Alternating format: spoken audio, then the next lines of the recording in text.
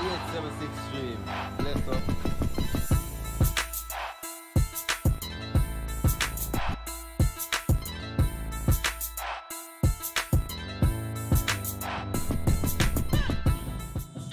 So on November 20, we started out with 32 teams.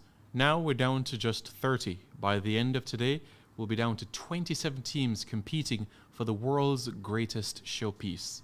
The host nation will have their last dance today. This is Now Streaming Qatar. 876 stream. Bless up.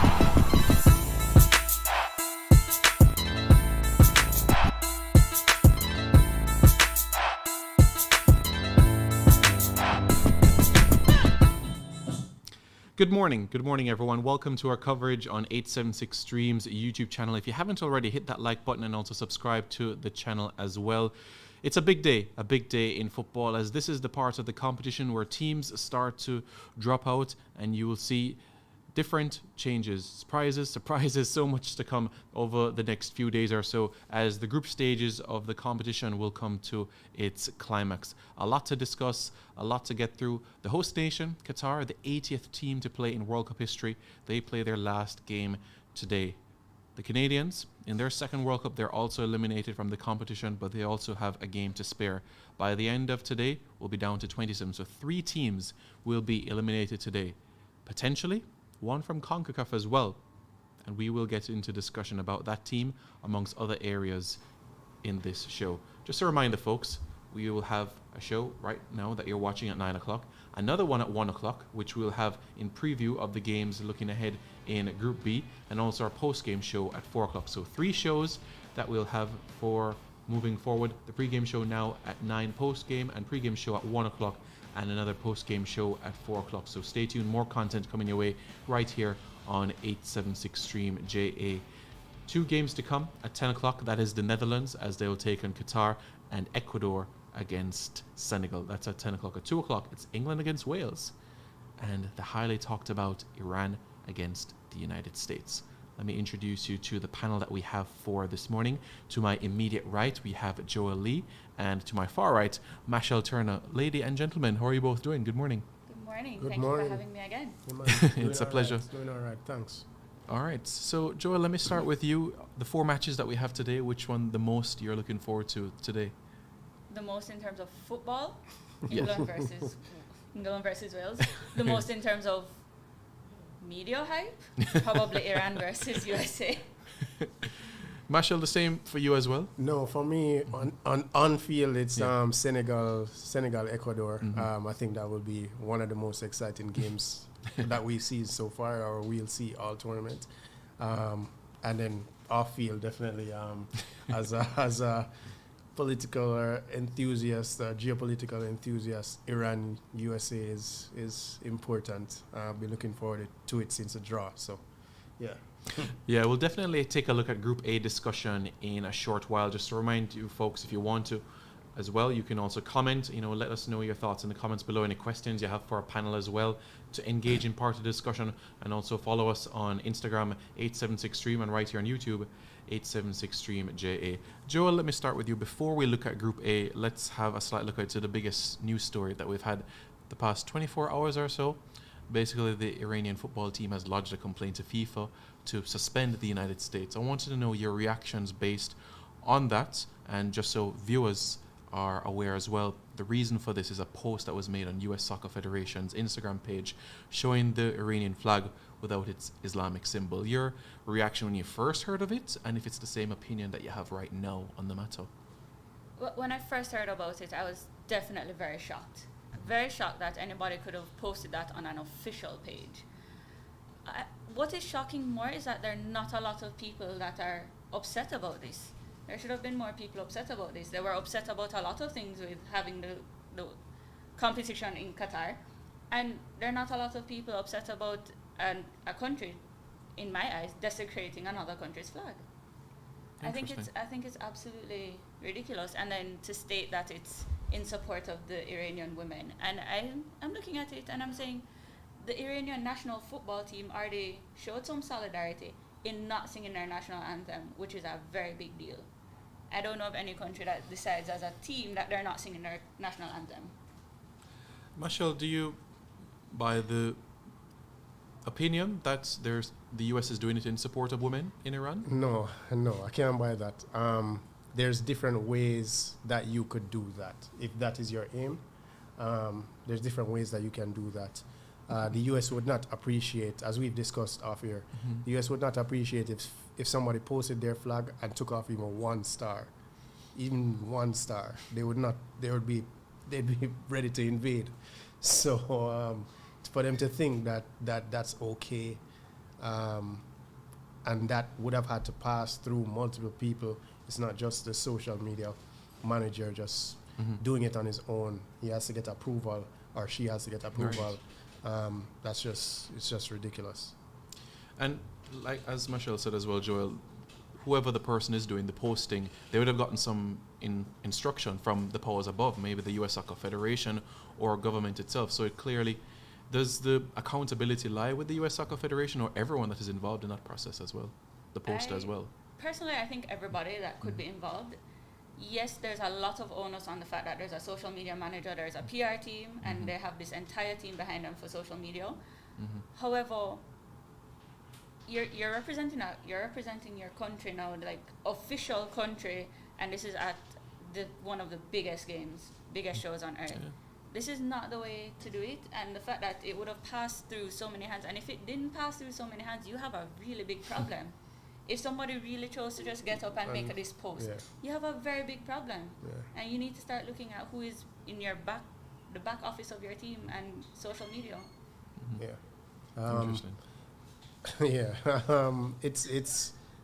I don't think U.S. Soccer has they made a statement saying it's in support of women, Correct. but there wasn't really an apology, was there? Greg Berhalter, he apologized at the on behalf of the players and the staff, because they weren't involved at all. But the president of the USSF probably should come out and say something, in my opinion. Yeah. But in your opinion as well, Michelle, based on what has happened, do you think a suspension is granted or a slap on the wrist for something like this? Or it's tough to say? It's tough to say for me. I don't... The FIFA and the politics thing, we know that's a no-no. Delicate matter. Yeah. But I don't know what action FIFA will take. I don't foresee a ban or anything like that. And your thoughts as well, Joel? Of course, they're co-hosting the next World Cup as well. They're co-hosting the next World Cup. I know that FIFA tries to stay away from the politics as it is, because again, you're streaming this greatest show on earth that involves quite a bit of countries. You can't pick, choose and refuse. I would like to see some form of sanction, whether it's a fine, whether it's some slap on the wrist, whether it's a fine or anything. I would like to see some form of sanction being given to the US for the mere fact that this is just so disrespectful. And disrespectful in a way that I didn't think anybody would actually post on their official medias. I mean, we've seen people make jives at the Argentina flag, but it's just never been posted on anybody's official page.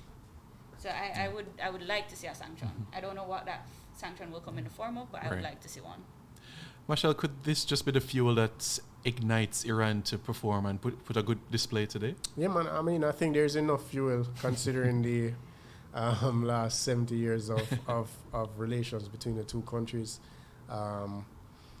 overthrowing regimes and Ayatollah Khomeini calling US the Great White Satan, and like there's enough fuel. This is just added. There's a little more fodder, and it will definitely unite the country. That's the biggest thing, I think. Iran might have been a little bit divided before, considering what's going on over there. I think this is definitely something that would have united the whole country. Let's take some of the comments that we have coming in. Nicolette Levine says, agreed, not a good look at all. US would be upset if someone did the same with their flag. Andrew Johnson says, accountability should lie with one entity. Internally, US men's national team can investigate and deal with the issue, but ultimately, they are responsible. So, interesting views. Do let us know your thoughts as well, folks. as well in relation to this issue or the World Cup generally. Let us know your thoughts about the tournament itself, this matter in particular. And as well, Machel, these two teams don't only have a bit of history off the pitch, but on it as well. 98 World Cup, where Jamaica was, Iran faced the United States, and similar matters then compared to now as well. Yeah, and a fact I always like to remember is that the USA finished last at that World Cup. Yeah, let's remember that the USA finished last. Jamaica did not finish last. We finished ahead of the US at the '98 World Cup. So yeah, 2-1 victory for Iran. Then, so they have history on their side as well, and it's going to be a really interesting encounter. Yeah, and Joel, your thoughts as well about what we saw yesterday, also leading in today with, the human rights, showing different colors of different flags and everything in a country that is not theirs. You go to a country, you respect their rules, they're allowing you in. Yes. They could have said no. Yes, we did talk about it, and I do remember seeing an interview that was going on, and somebody kept asking one of the natives from Qatar, is it that homosexuality is illegal? And his response is similar. It's just plain and simple. We do not allow public displays of affection. And they kept trying to push an issue, and heterosexual, it does not matter who you are, Right. they don't allow public displays of affection. They're allowing Westerners, as we are calling it, to come into their cultures, into their countries, and they're allowing certain things that, as we know, they're very modest.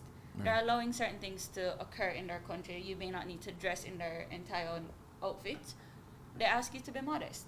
Right. And I think you need to respect it. And when you're going into a country and you're not sure what it is, do a little bit of research. We spoke about it as well. You can't go to Singapore and expect to steal and just get a slap on the wrist. In Singapore, you steal, you get your hand cut off in some cases. And it's just, I think it's tone deaf for a lot of people to go into a country and not respect their culture. You don't have to agree with it, but you can respect their culture. I mean, you're already there. Is it a case where you have a certain stakeholder group that is looking for attention in that sort of situation, like this and other cases as well as we've seen at this tournament? Is it strictly for attention or power?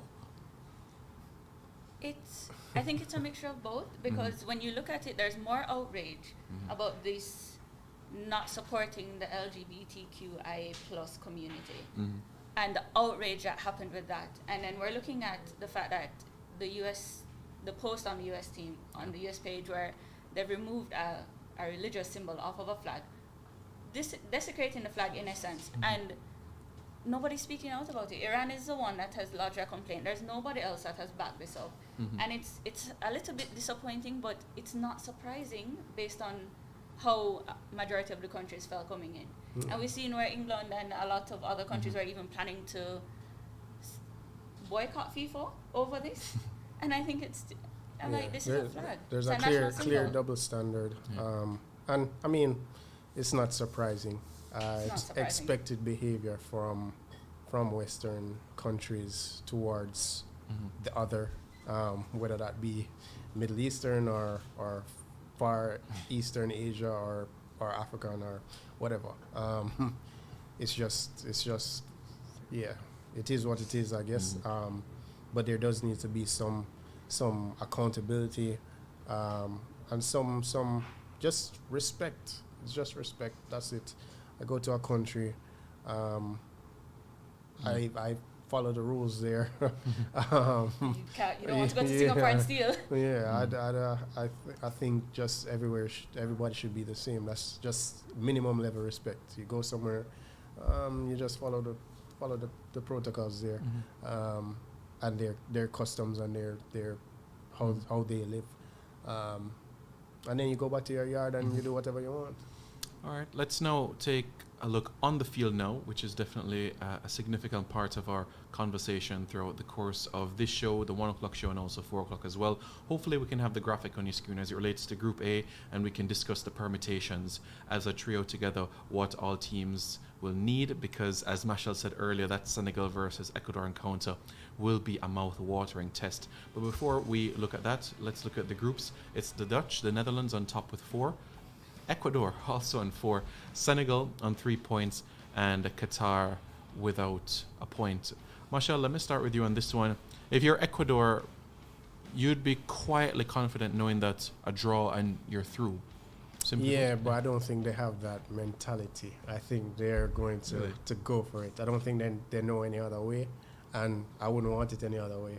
Really? Because they go for it, and Senegal has to go for it. Mm-hmm. Yeah. I mean, they've kept That's going 7 to be clean fun. sheets in their last 8, so they have Yeah, I something. mean, to back up. Yeah. I don't think that's necessarily based on them being defensive, though. That's Mm. just them being solid defensively. That's not Mhm. them being structured defensively. Mm. Yes, so I expect them to go all out and not change their way of playing, especially against a team that will. Senegal will go for it, and they'll leave spaces for it to be attacked. So, yeah.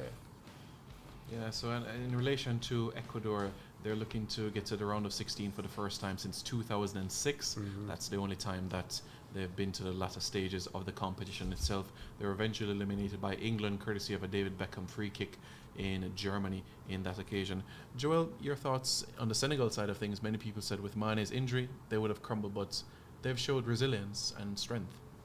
Yes, and one of the things I've always said is that while certain players are very important in a team, because we know it also impacts the team morale to have some of these players, I would really hate to see teams crumble when one player is not there, because you need to show a strength in the team. And when you pick a team, you're not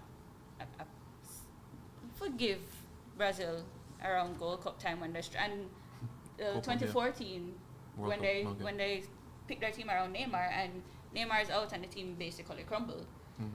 I don't want to see that with a team, and I've been very happy with what they've done, because they've shown, as you said, the resilience, and it's gonna be a fight. It's definitely going to be a fight. Even speaking of the fight, even Netherlands and Qatar, I don't see Qatar sitting down and just. So that's No. been a very good fight as they've progressed in the competition, albeit 3 Yeah, games. they're going to have to. They're- They're going to want to show it for their people. They're going to want to win because they want to leave So- with at least 3 points. But I don't think that's possible. I don't think it's possible, but having your But- first, World Cup goal Yeah, in, yeah, the- they're- in front they're- of your Yeah, fans, they're that's going, a to, thing. they're going to have a go, definitely. But they're Yeah. going to go with a.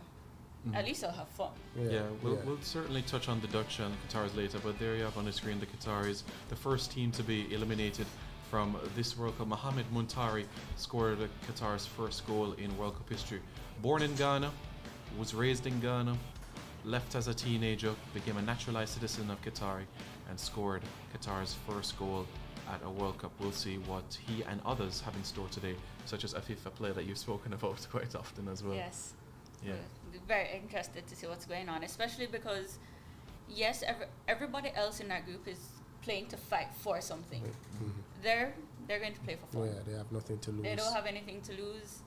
They can at the very least go out with a point, hopefully. Even if it's a point, there's Mhm. something there. Yeah, and but- the Dutch will be fine with a point. A point The gets them Dutch will through. be fine with a point as well. Yeah. So they have something to still go out and play for, albeit national pride, but I think they're going to have a lot of fun. Because, as I said, for the last 2 games, we've seen them progress a little bit more sturdy in and secure in how they're playing their game. So I'm interested to see this last game. Mhm. Mhm. Michelle, your thoughts about Cody Gakpo? 2 goals so far in the tournament, getting a lot of praise and quite natural as well, attention especially in the English press as well. Well, he's been at it all season really for PSV, domestically and in the Europa League. He has been on fire. I don't know if anything has changed in that regard. It's just maybe more people being aware now. He played as a forward centre forward last game, which was fine in replacing what's his name, the guy who used to play at Tottenham. Oh yeah, Janssen. Janssen, yes. Vincent Janssen. Yeah, that was fine. But I think Memphis starts today because he's been ramping up. He got 30 minutes first game, 45 second game. I think he'll get around 60 today. So I think he gets the start today. So Gakpo probably moves back to his more natural position as the 10 and gets to show his stuff there. So Yes, and in relation to Cody Gakpo, you have 5 goals in 11 games for the Netherlands. Whenever he scores, the Dutch never lose, so it shows the impact that he's had on his unit. And this season at PSV, 9 goals in 14 appearances, so he's certainly contributing quite naturally there. Your thoughts as well, Joel? Would you take him at Manchester United? I mean, there's a number 7 jersey that is available. The Right number now. 7 jersey that's available. Isn't that great to Sancho? Possibly. or Anthony? Possibly Anthony. As long as he can play the team game, I'm fine. Mm. Because, as we know, a lot of the things is based on team games. Right. And there was a time we had Pogba and he wasn't really fitting into the team plan as much as we'd like.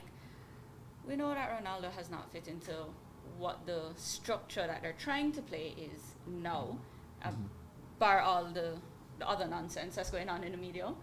So it, for me, is just dependent on will he fit into what the system they're trying to do now is. Because everybody looks good in the system that they play with for their club or their country, depending on how you find them. And you put them into another system and you just wonder who this footballer is. It happened with Di Maria as well. He came into the side and we're just like, who is this?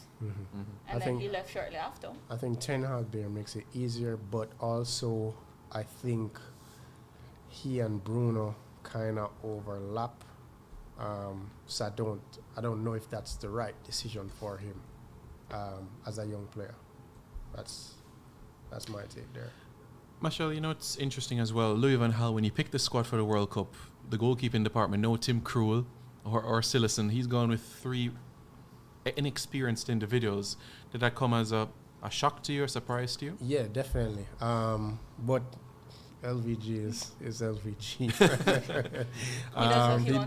He does what he wants to do, and he sticks by it. And I mean, more often than not, it works out. It has worked out so far. The goalie has made some good stops in the 2 games. He's a big guy. He's definitely, but he's been able to get down and get to his left and get to his right and make some good saves. I'm sure he has a penalty specialist in there for the knockout rounds. So yeah, it's worked out and it's good confidence for those guys and for goalkeepers in the country. I would think that know that, you know, do a decent job at my club and he will look at me. I think piggybacking on that point, as again we've mentioned many times throughout this entire stream, is you're seeing the last World Cup for a lot of people. I think it's a great show of confidence in who we may not know as, you know, your number 1 goalkeeper, to have confidence in new teams, because after this, that would have been it. So it's, even if they don't make it far, which I don't think that's the case, but it's a confidence boost. And I'm liking to see that. Yeah, let's have a look at the monitors now as we look at the Dutch and their record in World Cup history and how it stacks up to the present day. So this is their entire history within the World Cup. We know runners-up on 3 occasions, 1974, 78, and of course 2010. Finished 3rd in 2014. They've missed a couple of World Cups, a couple of back-to-back tournaments as well, but more or less they're a team that has always been consistent in advancing from the group stages of a World Cup. A couple of round of 16 appearances, a quarter-final run in 94, 4th in 98, 3rd in 2014, but always the bridesmaid, never the bride tag is something that has always lived with them and hoping to rectify in this tournament in particular. Marshall, you look at the Dutch as well. Louis van Gaal, he has part of his backroom staff like Danny Blind, a former player, Edgar Davids as well. You find a lot of these teams having those former players, at least part of that support group, that were successful as a player. Something that Jamaica could do as well with Joby McAnuff and company, Adrian Mariappa. Yeah, it's something we could look at. We see the same with Argentina. Walter Samuel and Pablo Aymar are on the bench alongside Scaloni, who is also a former player. It's good having the experience of someone who's been there and done that. Edgar Davids has played at the very highest levels. He won a Champions League with Ajax when he was young. Played for Juventus for years. It's definitely something to have in the locker room. We have Belgium with Henry on the bench, like Champions League winner, World Cup winner, Euro winner. Like, who wouldn't want to walk into a locker room and you know TT is saying something in your ear, like you have to listen. So it's interesting, and it's definitely something we could look into as we go forward with our development and our advancement in the sport.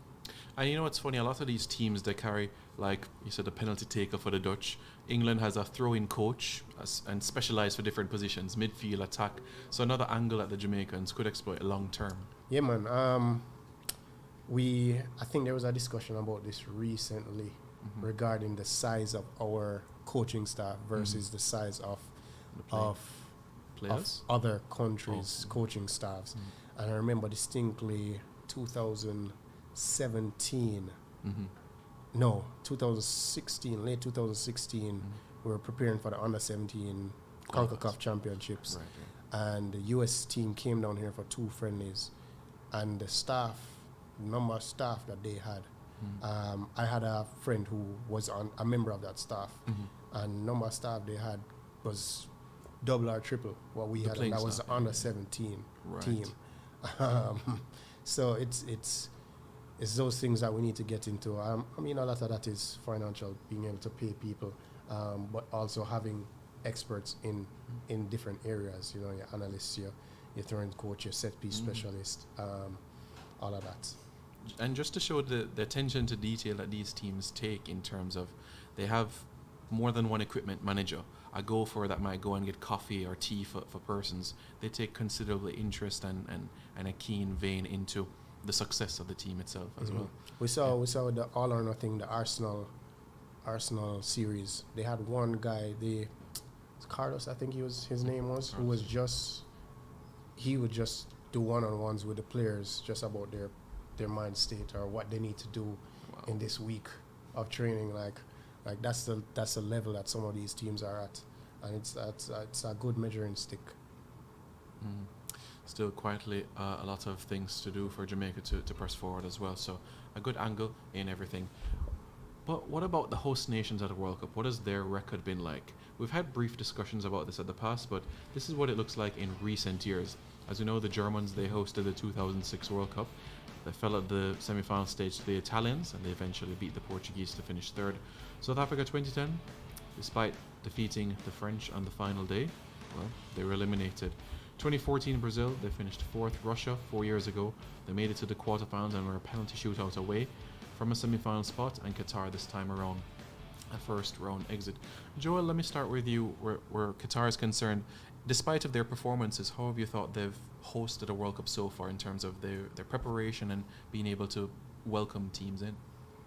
So with Qatar and any of these, as we like to call it, the Middle Eastern countries, we know their culture. We know what they like, what they don't like, and I think they've made, albeit it comes with a lot of politics as well, creating a stadium. One of the things I've liked is how they've created the stadiums. Every stadium is about 20 minutes from the fan village, which means you're not really traveling that much. Creating a fan village where you're allowing the fans to have alcohol in a country where you previously already said you're banning alcohol from the stadium.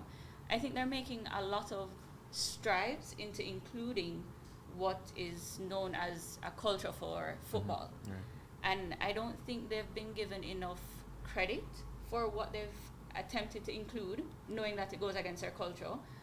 And I think they've done well. Could there have been improvements? Absolutely. But with the first time and their culture being not congruent with football culture per se. We all know that they like the bears in the stadium, alcohol in the stadium, certain westernized agendas pushing through that we've been seeing in the EPLs and everywhere. I think they've done their best to accommodate it, even though their laws and everything is more against it. And I'm pleased to see that. I'm pleased to see that form of inclusion, albeit just in one section of their country. Interesting. I think at the end of the day, no host is perfect. You know, we had issues with Russia in terms of travel and distance and whatever. Same thing in Brazil, where one stadium was in the middle of the rainforest. Manaus, yeah. And there was hours of travel, and they had the protests before the event started. No host is perfect. I think they're doing as best a job as they can. I've seen videos online of people leaving the stadium and Qataris outside offering them food and drinks. Wow. Yeah. Yeah. And people have shared other stories about the hospitality that they've received there. So yeah, I think people are just making the best of the experience as they can, and just having fun with it. Yeah, just to take a comment that has just come in from Karumi Hui, who we know has done some great work from his time at Midforest and also at Malines United as well, says, my disappointment with Qatar is their identity. They play in the Gold Cup with high press type football, but watching them in the World Cup, it's totally different from what I used to. Yeah, when you're coming up against teams like Grenada, Panama, Honduras, it's a different caliber versus when you're coming up with other teams as well. So I fairly could understand that point in particular. But mashallah, I want to pick your brain on this a little bit. Qatar, a country, similar population to Jamaica, similar size in a sense. Could Jamaica one day perhaps host an under-17 tournament in the future with what we have? We have 2 international airports, which is a criteria already. Mm-hmm. A handful of facilities. Could that be something that we could target? Do we have a handful of facilities? we have 2 facilities, and both are supposed to be being worked on. Correct. Even though one is just a track, so Right. that doesn't really affect anything. So we have 2. We have a good facility in Arnott Gardens, Mhm. that I personally I like a lot. Right. But other than those 3, I don't think we have anything that passes muster. I did have a conversation over the weekend regarding schoolboy football, Right. and the fact that the Costa Cup final is being played in St. Elizabeth with 2 Clarendon teams, and it just goes to show the lack of good facility in the middle of the island, and I think that's something that needs to be corrected urgently. Clarendon, Manchester, there needs to be something in that area that provides a good facility for football, track and field, that can be used, can be utilized by all of the sporting competitions across the island. Right. For you, would it be about improving what we have now, or to knock that down and build it up again to the standard that FIFA has at this point in time? No, I mean the stadium can be renovated. Catherine Hall is our Montego Bay Sports Complex Right. is good. Right. We can do something with that white elephant down in Trelawney that I pass every time I go see my family. So some serious work needs to be done down there. I was down there late last year. Serious work needs to be done down there, but that's something. And then, as I said, we need to build something in the middle of the island. We do. That's I think that is essential. Yeah, certainly matters to consider from a Jamaican standpoint moving forward as qualification for 2026 starts in 2 years' time. But as we're discussing the under-17, something worth considering, and previous administrations have spoken about Jamaica hosting FIFA tournaments within the future as well. So we'll see what the future has in store. But we've looked at Group A. Now we're going to look ahead to Group B for the next 20 minutes or so before we wrap up. We know coming your way at 10 o'clock is the Netherlands against Qatar and Senegal against Ecuador. And a reminder once more, at 1 o'clock, we'll have our post-game show for those encounters and our pre-game show for the England versus Wales game and USA versus Iran as well. So let's hear what our panel has to say with these 2 games in particular. Look at how the groups stand at this point in time, because in this group, no team at this point in time is eliminated. Canada and Qatar are the only teams at this point in time eliminated from the World Cup. So we have 30 teams still in contention. After today, we'll be down to 27. This is how the standings look like right now as we speak. England at the top with 4 points. Iran second with 3.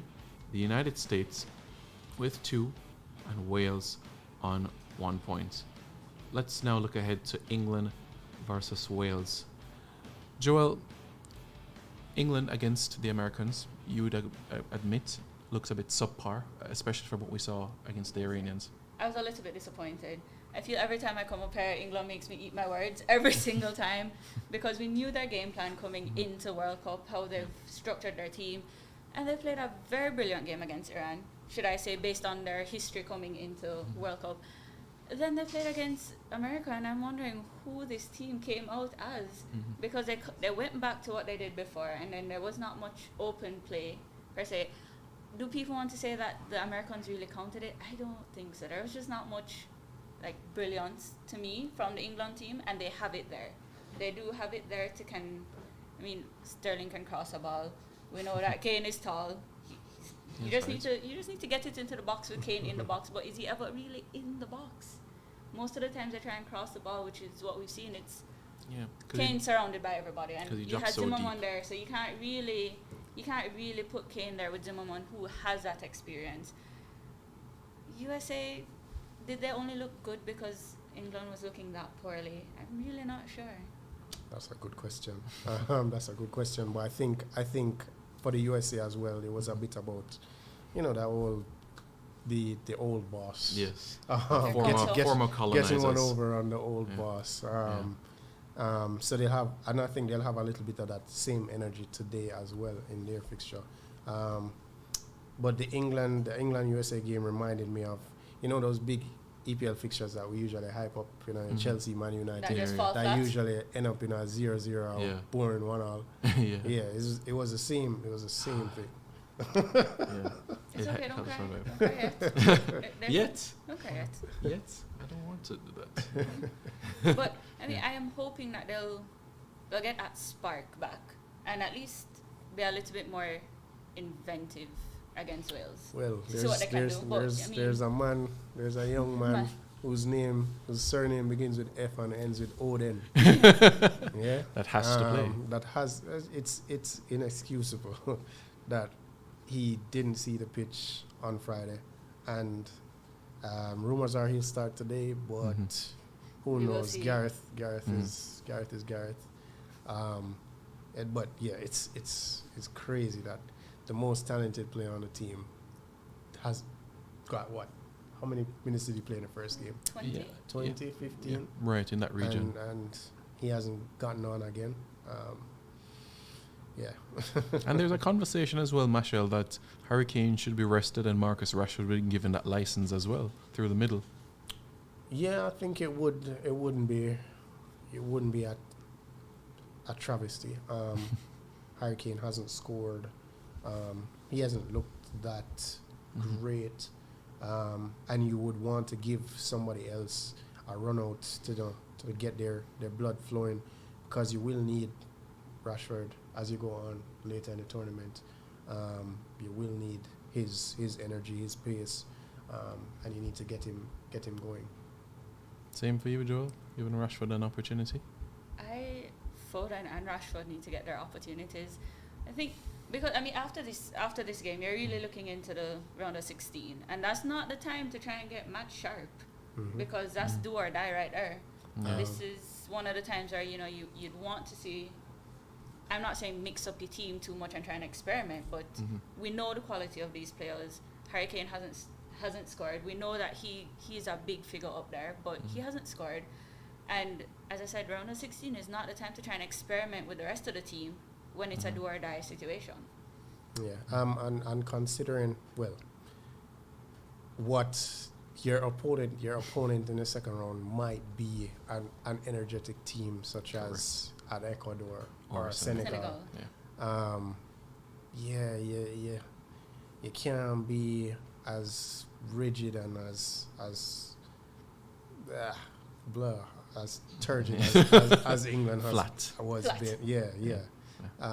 So that you need that energy to come in and revitalize your team. And then you also need them that connection on the field as well, because you can't just, you should be able to at this point just put somebody on the field and it should work out, but reality is you can't just pick up Foden and put him on the field and expect the chemistry to continuously be there. So again, not the time I think in this round of 16 to try and figure that out. I'm hoping that they try that today, hoping so that at least they have an idea. They could have had 2-3 systems working, but match fitness and match sharpness in the round of 16 is not where you start it.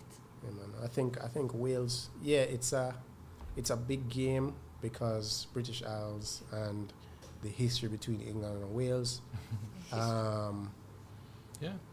But Wales, I think, is not is they're probably the worst team in the group, if we're being honest. And England should be able to do away with them. They just need to get some energy in the camp.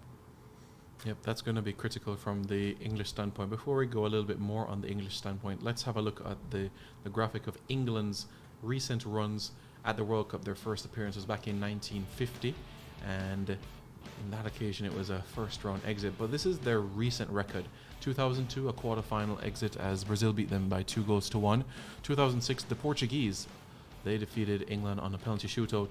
2010, it was Germany and 4-1. Remember Frank Lampard's goal? If VAR was around, certainly things might have changed. 2014, the group stage exit, losses to Italy and Uruguay before a 0-0 draw against Costa Rica. And 4 years ago in Russia, a fourth place finish, England's best run in a World Cup since 1990. But interesting to note, England has not passed the quarterfinals in a World Cup outside of European soil. So this will be a stern test for England. 1966, of course, in England, in Europe. 1990 was in England, in Italy, which is in Europe, and Russia, which is in Europe as well. So how will they do in Asian soil at a World Cup? That's another stern test for them. Joel, it's compelling in the different views as well. The first game, Harry Maguire got a lot of stick. However, the praise followed 4 days later. It's just been a complete 180-degree turn. We love to harp on Harry Maguire, no matter what he does. The thing about Harry Maguire is that consistently inconsistent. Sometimes you just never know what you're going to get with him. You get one game and he's almost brilliant to where you want to forget everything that he's done. And then he plays another game and you're still wondering who Harry Maguire was, where he was the last game. So right. it's a complete inconsistency to a sense. Like, we do know he has some solid points, and I can't say he has extremely terrible games that often to say it's either one or the other. He's somewhere in the middle, but you're expecting more from that. You're expecting more from him. I think with England he's much more stable Than with Manchester United. And I think that has to do with the confidence that he gets from Southgate and the coaching staff there. And yeah, I think that helps him a lot versus that Man U, such a huge club, and the spotlight, and the constant picking from all across, from everybody, And I mean, fans and detractors alike. So we did say Southgate likes who Southgate likes. yeah. He knows what he's getting, and it still goes to show, as I said, he's consistently inconsistent, and he's been more consistent for England, as you have said. He really has. It's just a little bit sad to see that the confidence that he has as a player, that's more inconsistent, and that's where his game falters. He made the mistake against Iran, or supposed mistake, because I really don't think it was his fault, as much as I like to harp on him. And immediately he came off, so then he got a lot of flack for that, saying, oh, he's just gone back into what he is. And it is now what it is. You're playing for England, you're on the world's biggest stage, and I think he came back in USA and he did his job. I mean, the lackluster performance from England, but he did his job. I'm waiting to see what he does against Bale, to see what happens. Yeah. That would be fun. That would be fun. Fun. Well, from a neutral standpoint, yes. From your standpoint, no. Yeah, and your standpoint, no. I like good football. But Marshall, it's a mental thing, isn't it? Because the ability is there. Yeah, definitely. That's why I said it's he gets that feeling of belonging from Gareth Southgate, and that helps him a lot. And if he can find that at club level, then I think he'll be all right. Maybe he needs to go elsewhere to do that, but that's a decision for him and his team to make. Yeah, you're not a United fan, are you? No. I have huge respect for United, but not a United fan. Right. Okay. All right. Understood there. Let's now look at the Wales angle of things now. And Michelle, their goalkeeper Wayne Hennessy, they relied on so long. He's out. Hennessy was off the Henny, man. That's a good one. There was no need for that. Mhm. But yeah, as I said, I don't think Wales is that threatening. They'll come this game with a different energy just because of the historical significance of this fixture. But I still don't think they have enough. Gareth Bale scored the first game. He was okay in the second game. I don't know what his energy levels are like for this one. Aaron Ramsey hasn't really shown anything. And then that's it, really. Yeah. I mean, speaking of Aaron Ramsey, they substituted him to put on the people. So, yeah. I mean, where's that? What Yeah, is what that does that saying for say? your Yeah, team yeah, at this point in yeah. time? Yeah. Yeah. I don't know. Historical. This Yeah. Group B is full of Yeah, history. Group Yeah. B is full of This last day is full of rivalry. history. Yeah, yeah. It's a compelling case because both teams, they met each other at the Euros 2016 and it needed a Daniel Sturridge winner in stoppage time.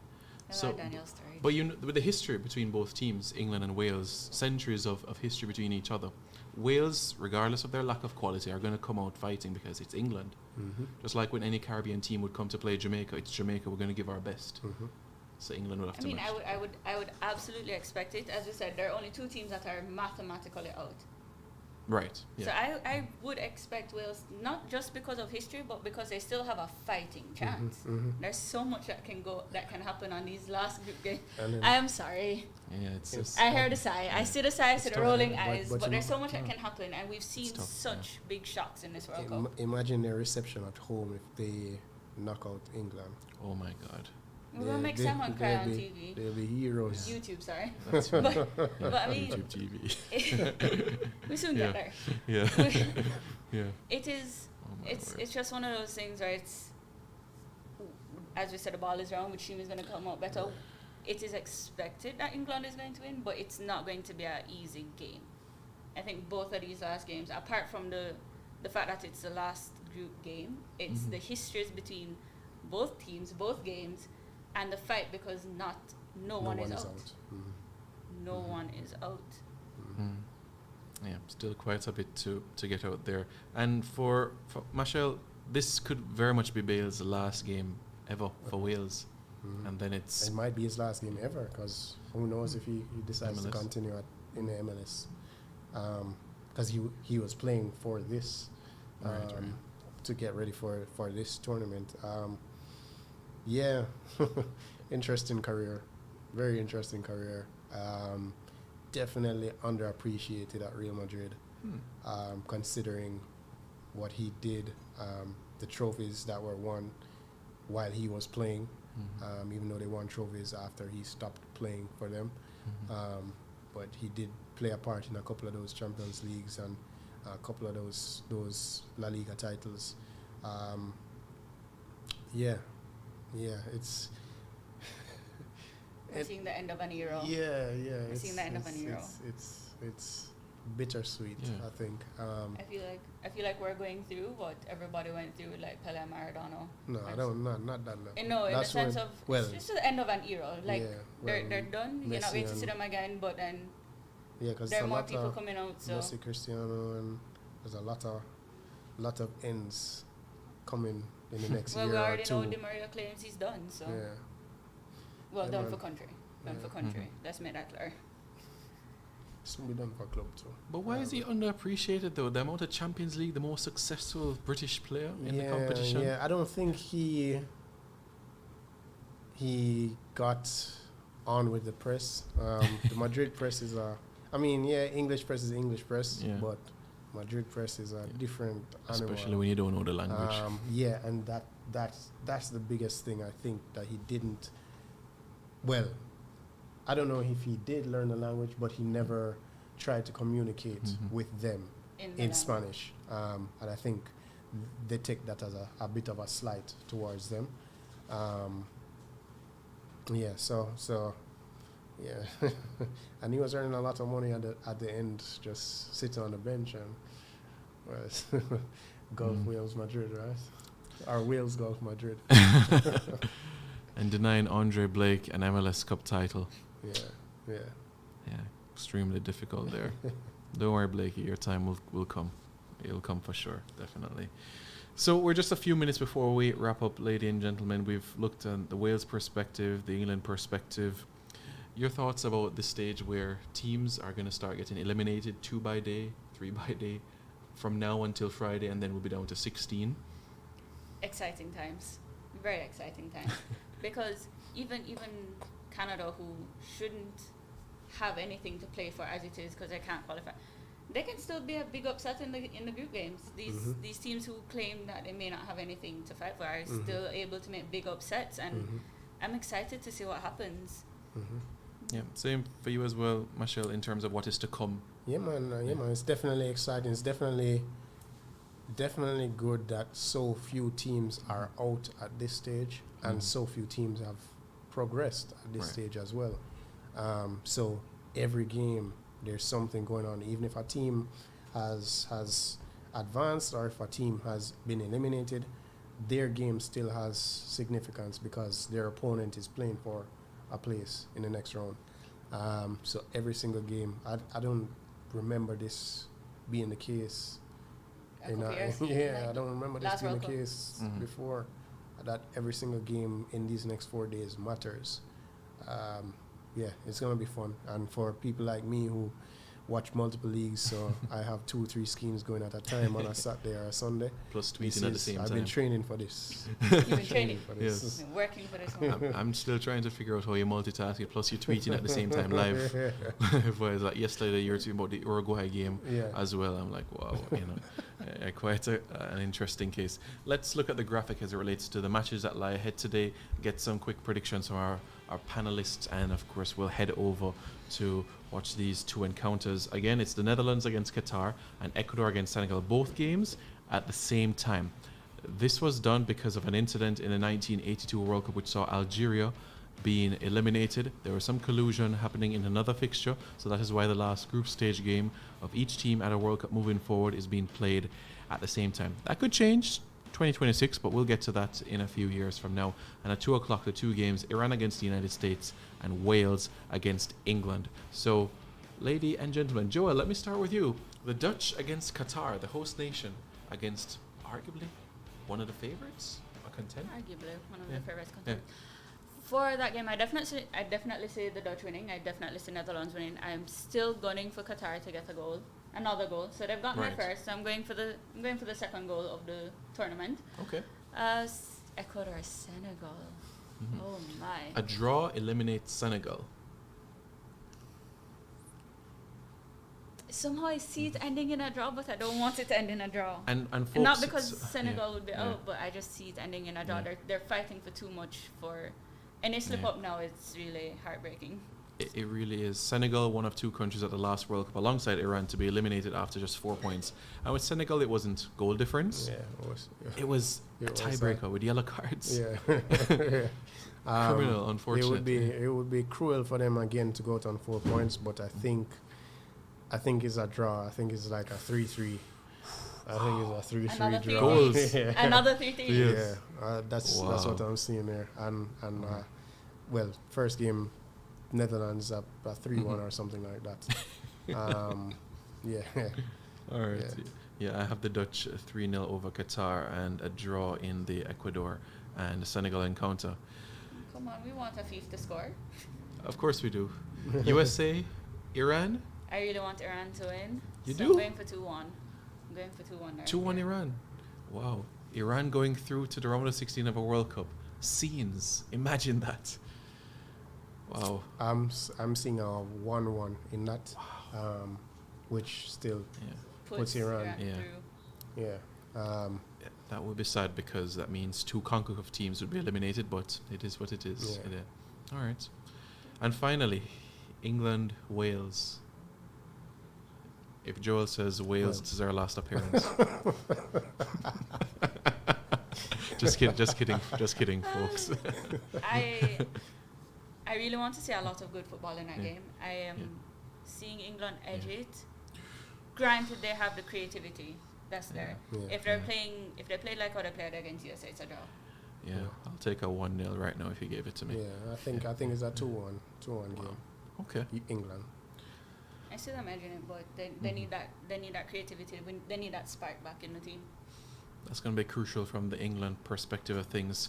Folks, thank you guys so much for tuning in. We really, really appreciate it. We're going to head on over now as the Netherlands will face against Qatar and Ecuador against Senegal. Don't forget, 1 o'clock, we're back for our post-game show and pre-game show heading into the England, Wales and Iran USA encounters. Thank you very much to Michelle and for Joel for joining us. Thank you for having us. It was great. Thanks. And you'll definitely see them later within the tournament itself later this week for sure. Thank you all so much for tuning in. If you haven't already, hit that like button, subscribe to 876 Stream JA, and join us again at 1 o'clock for much more on this, now streaming Qatar.